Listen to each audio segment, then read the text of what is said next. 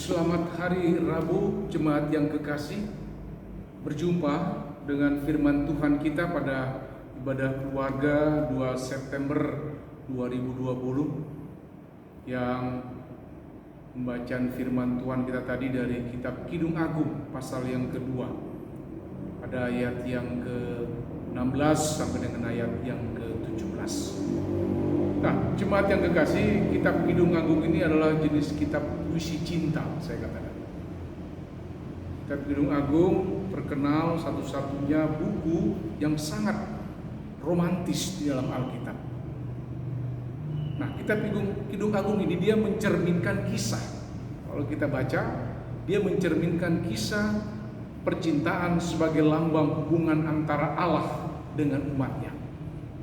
Saya katakan sekali lagi bahwa kitab Kidung Agung ini mencerminkan kisah percintaan sebagai lambang hubungan antara Allah dengan umatnya. Nah, kitab ini berisi tentang sajak percintaan, bahkan juga nyanyian yang bersaut-sautan. Dan kitab Kidung Agung ini memberikan penghargaan yang tinggi terhadap cinta yang merupakan satu wujud dari berkat Allah atas hidup manusia. Nah, Salomo adalah pria yang cakap dan romantis. Ia adalah seorang raja yang bijaksana, bukan hanya bijaksana tapi dia kaya raya, jemaat yang kekasih. Puisi-puisi tentang cinta menunjukkan pribadinya adalah seorang pria yang sangat penyayang. Nah, siapa wanita yang tidak jatuh cinta kepada pria seperti Salomo ini?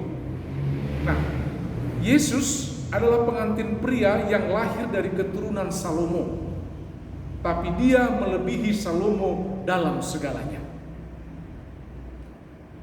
Nah, Salomo digambarkan adalah seorang perempuan asing yang melambangkan Yesus dan orang-orang asing yang berdosa, yang mengembara di hadapan Allah.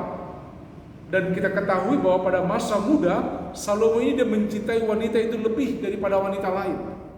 Nah, seperti Yesus saya katakan, mencintai kita melebihi dunia yang lain. Bahkan dia rela mati, tersalib, menebus dosa kita. Itu gambaran yang ingin saya sampaikan dari kitab Kidung Agung ini. Nah, tetapi jemaat yang kekasih, kalau kita baca pada ayat 1 sampai dengan ayat yang ke-7, itu Salomo mengumpamakan kekasih yang dicintainya. Dia katakan bagaikan bunga mawar dari Saron miliknya, dan bunga bakung atau bunga lili di lembah-lembah di antara duri-duri, seperti pohon apel di antara pohon-pohon di hutan. Itu gambaran orang-orang berdosa yang mau bertobat bukan semata-mata berdasar kehendaknya, tetapi itu pilihan Tuhan untuk menyelamatkan dia dari kematian. Nah, kita melihat di sini bahwa mereka yang memakai jubah kemenangan Kristus akan mekar. Bukan hanya mekar, tapi dia harum di bawah matahari kebenaran. Jemaat yang kekasih, mau bekerja sama dalam menjaga kebersamaan dalam keutuhan rumah yang ada dalam kehidupan kita ini, tentunya diperlukan yang namanya rela berkorban dan salib untuk memaafkan. Karena yang saya mau katakan, kalau baca dalam bacaan kita ini pada ayat 8 sampai dengan ayat yang ke-13 itu kita melihat bagaimana sekarang waktunya untuk bangun dari tidur panjang. Itu digambarkan oleh Salomo. Nah, gereja harus bangun tidur dan bersatu dengan Kristus. Datang dan melompat-lompat di atas gunung bukit-bukit kesuciannya, digambarkan di situ.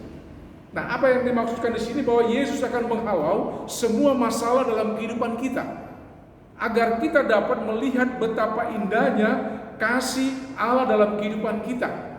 Kita akan merasakan keharuman kasih darinya yang tidak pernah berkesudahan, seperti pohon ara mulai berbuah dan bunga pohon anggur semerbak baunya. Oleh karena itu, ayat 14 sampai ayat yang ke-17 itu gereja Kristen digambarkan bagaikan burung merpati di celah-celah batu yang terhindar dari pemangsa. Dan batu itu adalah Kristus yang melindungi kita dari bahaya yang mengancam. Nah, dia mengundang kita untuk memperlihatkan wajah kita dengan menyembah Dia, dengan wajah yang berseri-seri, yang menyanyikan pujian syukur kepadanya.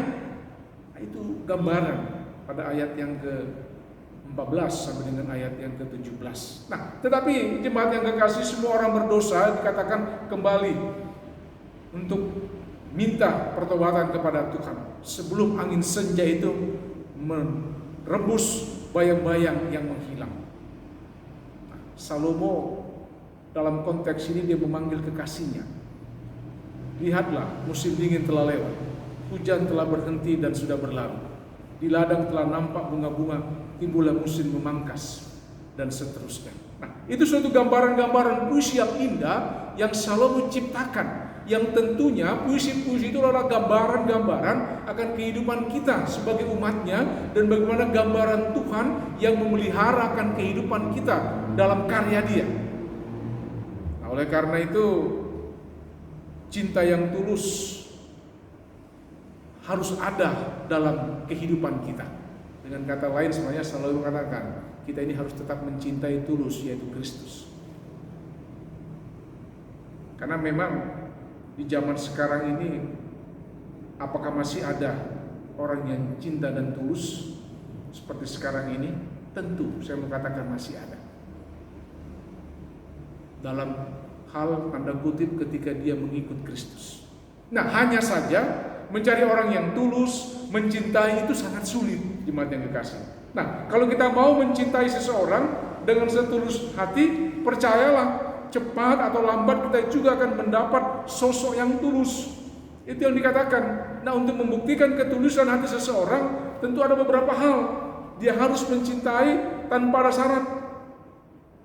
Lalu yang kedua, sosok yang selalu gembira, atau sosok yang selalu menepati yang namanya janji. Karena cinta itu bukan hanya perkataan, tapi juga harus dilakukan dengan perbuatan. Nah, itu yang Salomo gambarkan dalam konteks bacaan kita ini. Dalam pengertian di sini bahwa dia mau mencari sosok yang tulus agar mudah membalikkan kehidupan ini dengan baik dan menyatakan kasihnya, bukan kepada dirinya sendiri, kepada orang lain juga di tengah keberadaan hidup dia. Nah, tetapi mencari sosok yang tulus, yang saya mau katakan tidak semudah kita membalikkan telapak tangan. Atau dengan kata lain, mencari teman yang tulus saja susahnya minta ampun saat ini. Tetapi kalau kita sudah menemukan seorang yang tulus, genggam tangannya dan jangan lepaskan. Apa maksudnya? Jangan tinggalkan dia. Karena sosok yang tulus sangat sulit untuk kita temukan di saat ini. Tetapi